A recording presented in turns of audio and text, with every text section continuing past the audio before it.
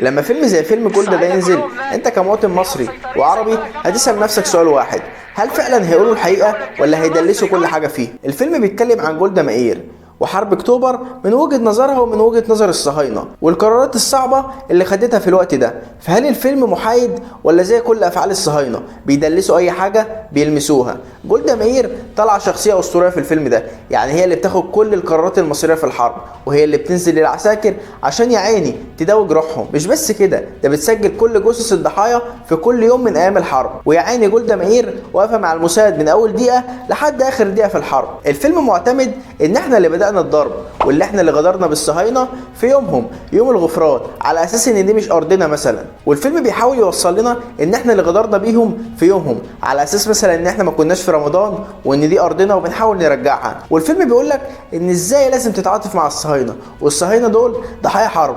يا عم اتعاطف مع مين؟ انت مجنون؟ Egyptian and Syrian armies launched an offensive against Israel. Our enemies hoped to surprise the citizens of Israel on Yom Kippur.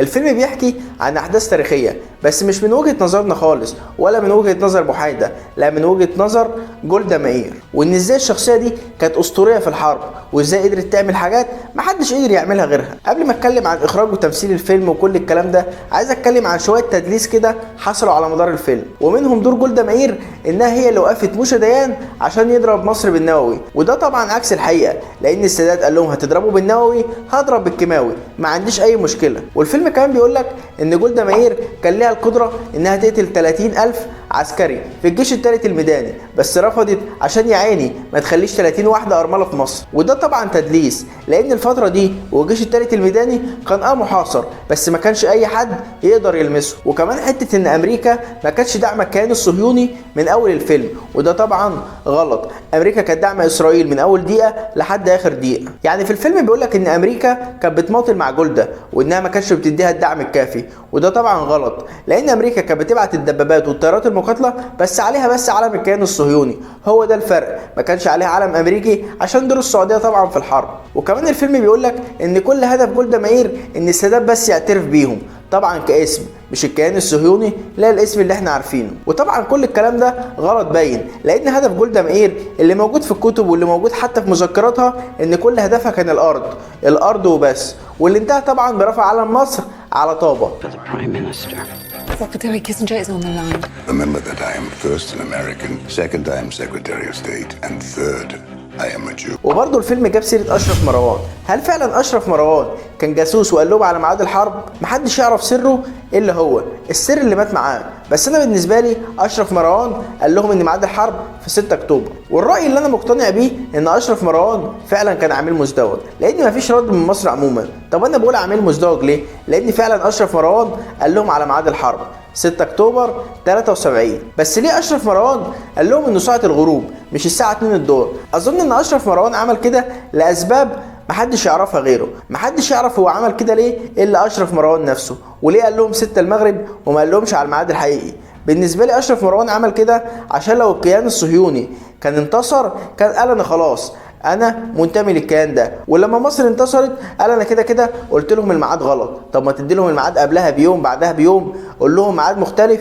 لا، انا اديتهم الميعاد بس اديتهم الميعاد غلط، وده طبعا كلام مش منطقي. والنظريه دي من دماغي، ممكن ما يكونش ليها اصلا اي اساس من الصحه. السر مع اشرف مروان واندفن معاه. وبالنسبه لجولدا مائير، حرق كميه سجاير مش طبيعيه. انا اظن مفيش مشهد من غير سجاير، بس فعلا كميه السجاير اللي اتحرقت مش طبيعيه. بس اظن كميه الصهاينه اللي اتحرقوا في اول 10 دقايق في الحرب بتاريخ السجاير اللي شربته كله. وبالنسبه لخط بارليف، هم فعلا في الفيلم قالوا ان احنا عبرنا، بس ما شفتش ولا خرطوم في الفيلم. يمكن مثلا عشان الفيلم من وجهه نظرهم ما كانش فيه خراطيم، يمكن. اظن لو اي حد تاني غير الصهاينه اللي عملوا الفيلم، اظن الخرطوم لازم يكون موجود، لانه كان فعلا مؤثر في العبور. On Yom Kippur. Our troops are outnumbered 7-1.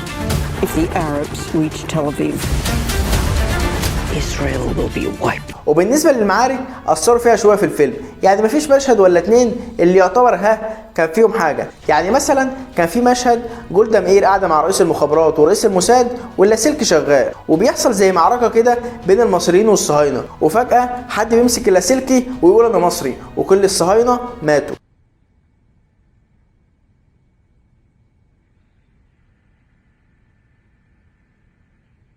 وكمان في مشهد موشا ديان كان راكب طياره وشاف الموت بعينيه، شاف كل الصهاينه بيتحرقوا من تحته. بالنسبه لي كان مشهد عبقري اخراجيا، هو فعلا شاف الصهاينه بيتحرقوا قدام عينيه، هو بيتفرج عليهم بس ما فيش اي حاجه في ايده يعملها. بالنسبه لي برده ده كان مشهد خرافي. وبالنسبه للفيلم اخراجيا وبصريا عموما هتشوف كادرات حلوه والوان حلوه وتصوير حلو، يعني هتحس ان الفيلم مصروف عليه. حتى الاداء الصوتي كان عظيم بصراحه، صوت الصهاينه مثلا هم بيستغيثوا وصوت اللاسلكي والساوند افكت عموما كان ممتاز. وبالنسبه للتمثيل هالين مارين هتترشح للاوسكار من غير كلام، لان الاوسكار اصلا بيحب الانواع دي من الافلام، فيلم بيوغرافي دوكيومنتري بس في شويه تدليس، بس بالنسبه لهم ده دوكيومنتري من الجانب الصهيوني. وبالنسبه لي هي هتستاهل انها تترشح الاوسكار، لانها طلعت من واحده شيطانه لواحده انا حسيت انها اطيب من جدتي. فالفيلم ده عموما فنيا حلو جدا، كتمثيل واخراج وتصوير وساوند افكت كان حلو جدا. Will pay a high price for supporting Israel. If we have to, we will fight alone. Our troops on the canal, they're surrounded. You rescue these boys.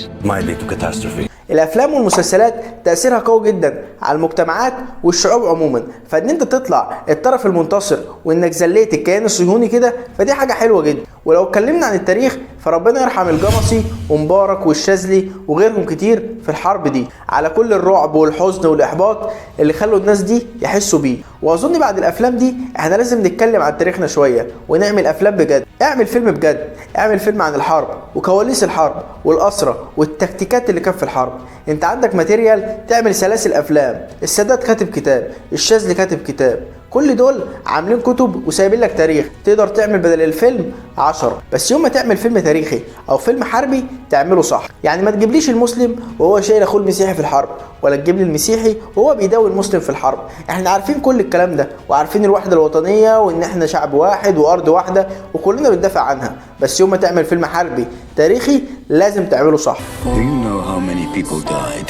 All those boys. I will carry that pain to my grave.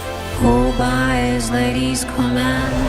Who by جولدا مائير شيطانه من شياطين الصهاينه، وكانت عارفه بقتل وتعذيب الاسرى من 67 لحد ما مات، وكانت عارفه كتير عن الجرائم زي قتل اطفال مدرسه بحر البقر مثلا وعمال مصنع ابو زعبل وغيره من الجرائم اللي الست دي عملتها ضد الانسانيه. فلو انت مواطن مصري او عربي وتعاطفت مع اي مشهد في الفيلم ده فانت اكيد عندك مشكله. التاريخ عمره ما هيتغير مهما يعملوا افلام ومسلسلات، كلنا عارفين الحقائق والعالم كله عارفها بس مغمض عينيه، وهيفضل التاريخ ده محفور في كل صهيوني 6 اكتوبر 1973. ومهما يعملوا افلام ومسلسلات عشان يطلعوا نفسهم ملايكه، العالم كله عارف هم مين بس مغمض عينيه. بس كده ولا كده الشياطين لازم هتبان في وقت من الاوقات، سواء دلوقتي سواء بعد شويه هيظهروا على حياتهم في وقت ما. وبس كده، ده كل كلامنا عن فيلم جولدا. لو عجبك الكلام ما تنساش تعمل شير ولايك وسبسكرايب، ولو عايز تتابعني على حساباتي الشخصيه على فيسبوك وتويتر وانستجرام هتلاقي كل اللينكات تحت في الديسكريبشن.